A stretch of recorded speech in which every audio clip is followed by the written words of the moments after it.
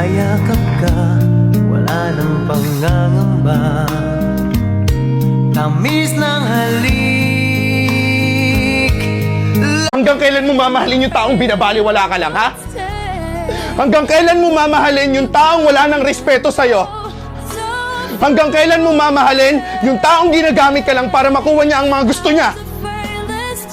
Hanggang kailan mo mamahalin yung taong wala ka namang lugar sa buhay niya?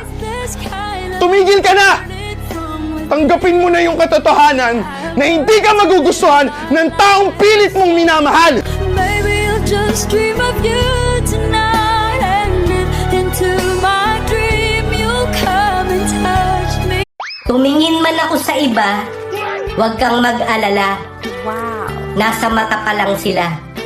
Nasa puso na kita.